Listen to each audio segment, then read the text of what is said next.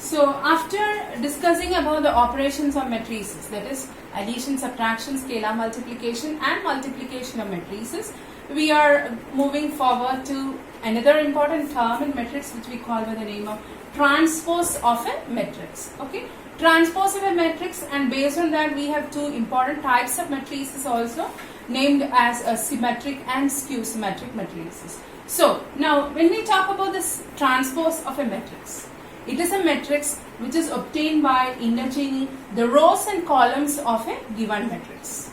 So once again, the matrix obtained by interchanging the rows and columns of a given matrix is known as the transpose of a matrix. And if capital A is any matrix given, then its transpose is denoted as either it can be denoted as A dash or it can be denoted as A raised to T. We read it as A transpose.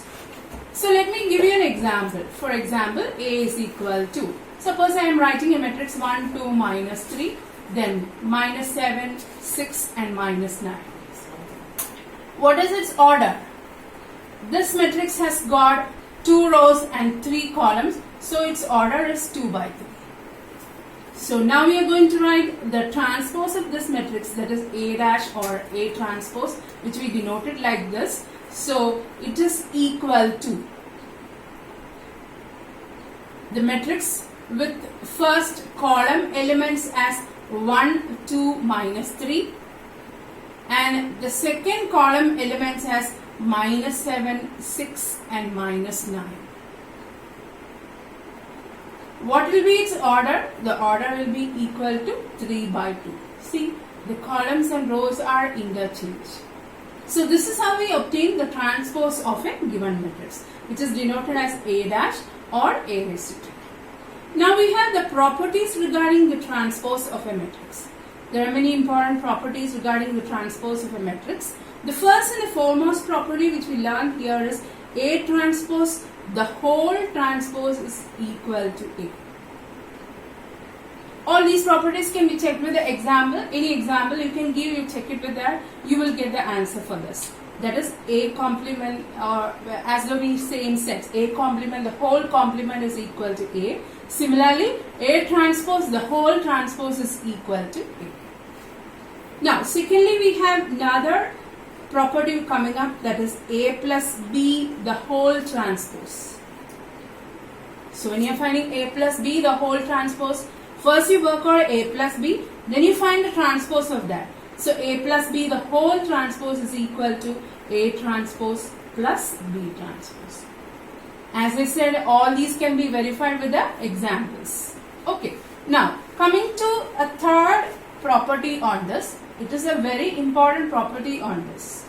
That is AB, the whole transpose is equal to B transpose into A transpose. It is a very important property. So when you are doing this property, AB, the whole transpose, first you work out AB.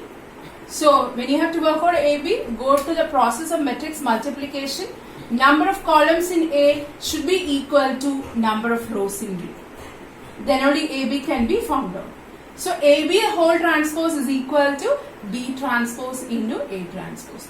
All this also you can verify with the example.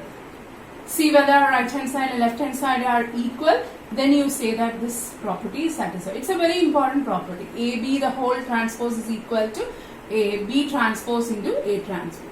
Now here, when I have defined about the sum, the transpose regarding the sum of the two matrices, it is applicable to the difference also. That is A minus B, the whole transpose is also equal to A transpose minus B transpose. Okay. Now, another property regarding this is that Ka, the whole transpose, is equal to K into A transpose, where K is a scalar. Where K is any scalar. In the sense that K can be any real number.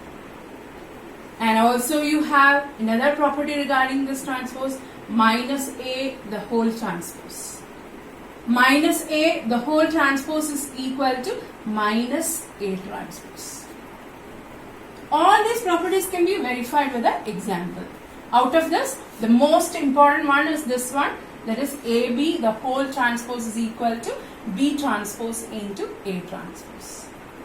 Okay, now with the idea of this transpose of a matrix, we are moving on to another important type of matrix which we call by the name of symmetric matrix.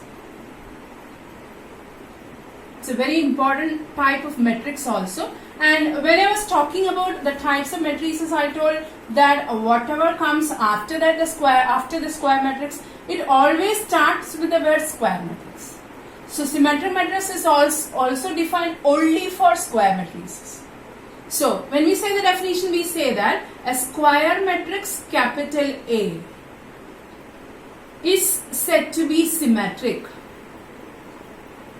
This is a very important type of matrix, is said to be symmetric if A transpose is equal to A. That is a condition for this. If A transpose is equal to A, that means the transpose of a given matrix, if it is equal to the same matrix, we call it as a symmetric matrix. So for a symmetric matrix, it should be a square matrix.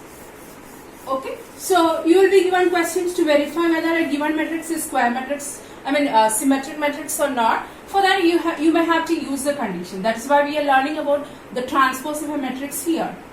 Now again we have another important type of matrix known as the skew symmetric matrix. Here also the same. A square matrix capital A is said to be skew symmetric. A square matrix capital A is said to be skew symmetric if the condition is said to be skew symmetric if the condition is A transpose is equal to minus A. So this is a condition we use for proving a matrix to be, or checking whether a matrix to be skew symmetric or not. Okay, so these are the two types of matrices. We have symmetric and skew symmetric matrix, which we have defined along with the transpose of a matrix.